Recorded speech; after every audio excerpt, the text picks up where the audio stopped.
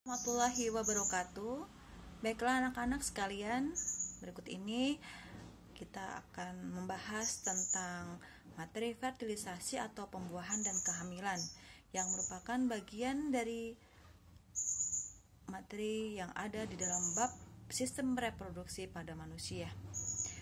Sebelum kalian saya ajak untuk menyaksikan bagaimana proses fertilisasi atau pembuahan terjadi lewat tayangan video, baiknya saya ingin mengajak kalian untuk melihat kutipan yang ada di surat Yasin, Quran surat Yasin ayat ke-77.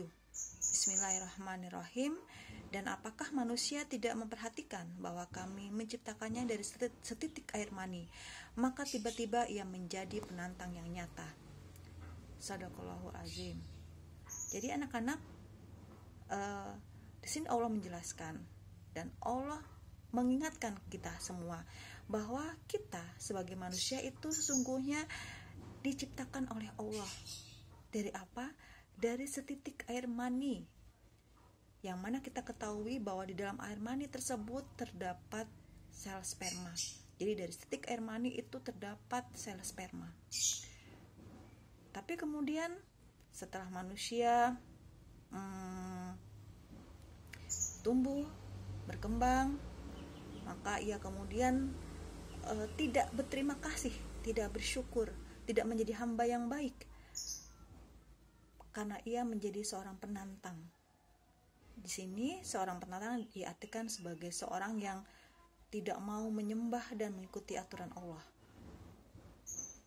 Jadi di sini selain kita mempelajari IPA, anak-anak juga diingatkan bahwa sesungguhnya kita manusia ini sesungguhnya bukan apa-apa, karena kita itu asal-muasalnya hanya dari setitik air mani. Baiklah anak-anak, selanjutnya silakan kalian menyaksikan video bagaimana proses fertilisasi terjadi, kemudian apa kelanjutan ketika sel sperma dengan sel telur telah melebur, apa selanjutnya yang terjadi. Selamat menyaksikan.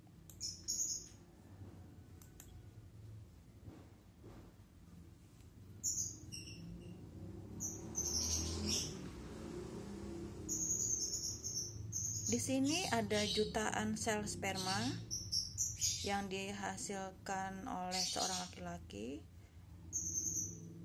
Seorang laki-laki yang sehat akan menghasilkan lebih kurang 120 juta sel sperma. Tapi hanya ada satu yang akan bisa membuahi sel telur. Oke, baiklah, di sini kita saksikan bahwa sel-sel spermanya itu masuk ke serviks, kemudian akan menuju ke tuba falopi atau oviduk atau saluran telur dari seorang perempuan, di mana di situ akan menunggu sel telur atau ovum yang telah dihasilkan oleh ovarium. Nah, di sini di situ ada satu ovum. Ingat bukan pelajaran oogenesis bahwa dalam perbedaan antara oogenesis dan spermatogenesis, oogenesis itu hanya menghasilkan satu ovum. Setiap sperma itu setiap sel sperma berusaha untuk melebur dengan inti sel telur. Kalian perhatikan di situ ada kepala sel sperma dengan ekornya. Jadi ekornya itu yang membuat sel sperma bisa bergerak untuk mendekati sel telur. Di dalam sel sperma, di dalam kepala sel sperma itu ada inti sel sperma yang berisi DNA. DNA ini adalah berisi informasi genetik yang dimiliki oleh seorang ayah yang akan diwariskan kepada keturunannya atau anak-anaknya. Mohon maaf kalau ada suara-suara ya, tolong diabaikan. Oke, ini sel sperma. Oke, perhatikan itu. Oke, kepala sel spermanya. Oke, di situ kalian lihat ekornya itu terlepas, dan yang masuk itu adalah kepala sel spermanya. Oke, itu adalah inti sel sperma bertemu dengan inti sel telur. Oke, melebur jadi satu. Inilah disebut sebagai proses fertilisasi atau pembuahan, di mana terjadi peleburan antara inti sel sperma dengan inti sel telur, mengalami proses pembelahan ya. Jadi ketika inti sel sperma dengan inti sel telur itu melebur menjadi zigot, zigot akan mengalami proses pembelahan menjadi morula, kemudian menjadi blastula, gastrula, dan akhirnya kemudian menjadi embrio yang akan bergerak menuju ke dinding rahim perempuan. Oke, ini adalah ya, selagi bergerak menuju ke dinding rahim, terus melakukan proses pembelahan sel. Oke, menempel. Nah, menempel di dinding rahim. Embrio sudah menempel di dinding rahim. Oke, ini adalah organ reproduksi pada perempuan. Di situ embrionya sudah menempel di dinding rahim. Dinding rahimnya kalian ingat bukan? Jadi setelah fase menstruasi, dinding rahim akan mengalami proses penebalan atau dikenal sebagai siklus proliferasi. Oke, dinding rahimnya menebal, itu berisi banyak pembuluh-pembuluh darah dalam rangka mempersiapkan embrio sebagai hasil dari proses fertilisasi yang akan menempel di dinding rahim tersebut. Oke, kalian saksikan. Terus mengalami pembelahan. Jadi di sini inilah disebut sebagai pembelahan sel secara mitosis. Dari satu sel zigot itu kemudian menjadi jutaan sel, sehingga kemudian terbentuklah janin.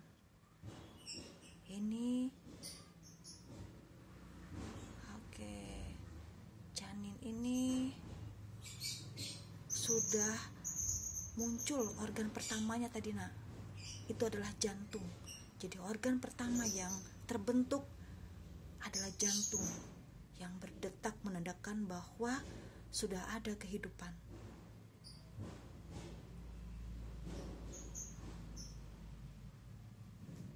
Oke, kalian perhatikan itu denyut jantung, detaknya menandakan bahwa sudah ada kehidupan. Oke, ini kita semua kita semua bentuk awalnya seperti ini. Oke, sudah mulai terbentuk tali pusar ya. Di sini menghubungkan seorang janin dengan ibunya. Kita menyerap makanan melalui tali pusar tersebut. Oke.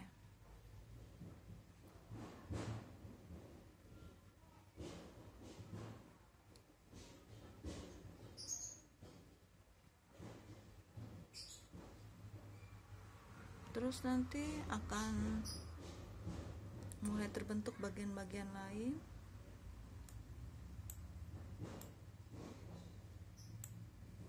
Oke, ini mata, tangan,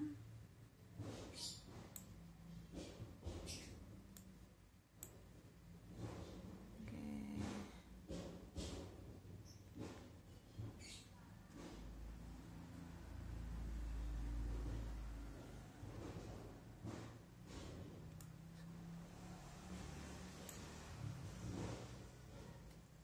Mulai terbentuk alat kelamin, mulai kelihatan.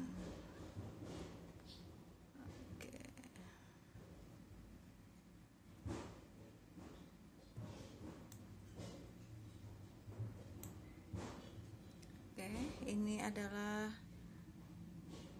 janin yang telah lengkap.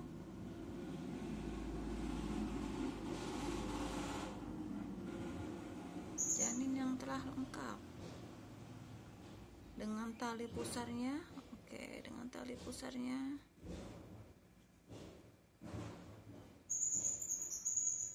Tali pusarnya ya.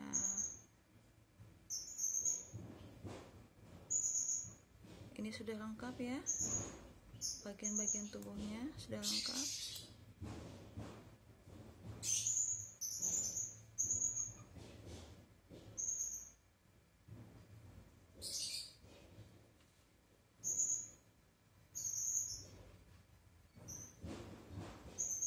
Ketika posisi kepala sudah di bawah seperti ini, maka berarti janin telah siap untuk melihat dunia. Ada kontraksi rahim yang menyebabkan terjadi pergerakan pada janin.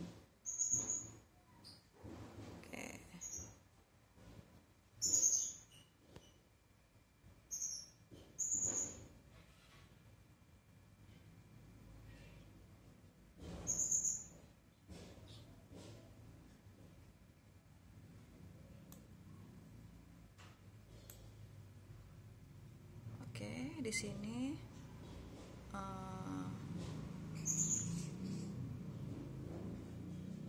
ini berada di panggul ya, di tulang panggul. Itu ada tulang kemaluan ibu. Oke, itu adalah vagina seorang ibu.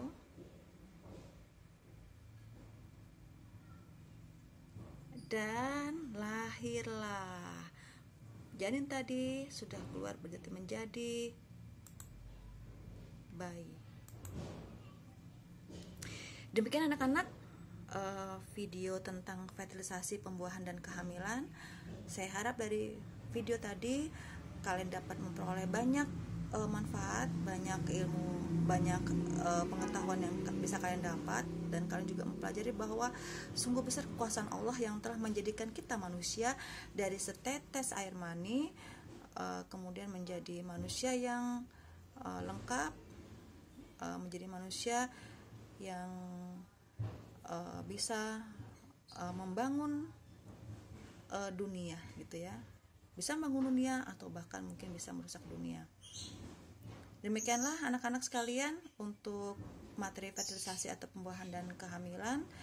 Silakan kalian baca kembali buku kalian atau tonton kembali video ini, dan apabila ada hal-hal yang perlu kalian tanyakan, kalian bisa tanyakan secara langsung di grup WA atau nanti pada saat tatap muka. Assalamualaikum warahmatullahi wabarakatuh.